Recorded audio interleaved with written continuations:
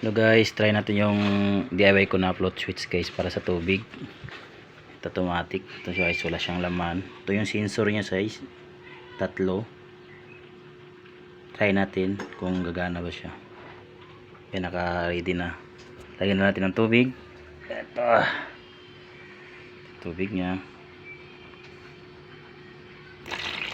Under yan guys. Pag na ano yung gano yung wala yung sampol na ilaw. Pag na switch niya na napuno na yung tubig, yan na. Under na siya guys.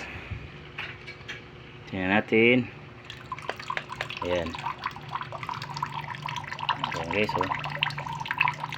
Tapos kung ano guys, mamamatay siya pag na-meet niya yung rate na sensor.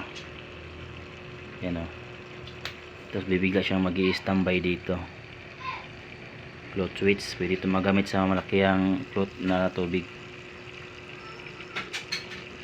Pinaliktad ko to so guys kasi ginawa kong vacuum siya para automatic ma-vacuum sa aircon or mga aircon na sa taas. Pwede siya may DIY.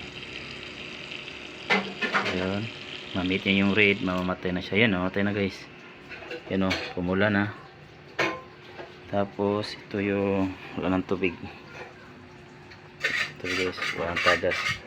Wala na kasi, namamatay na siya guys. Yan lang guys, thank you. At pa-follow na rin sa page guys. Subscribe na din sa YouTube. Thank you.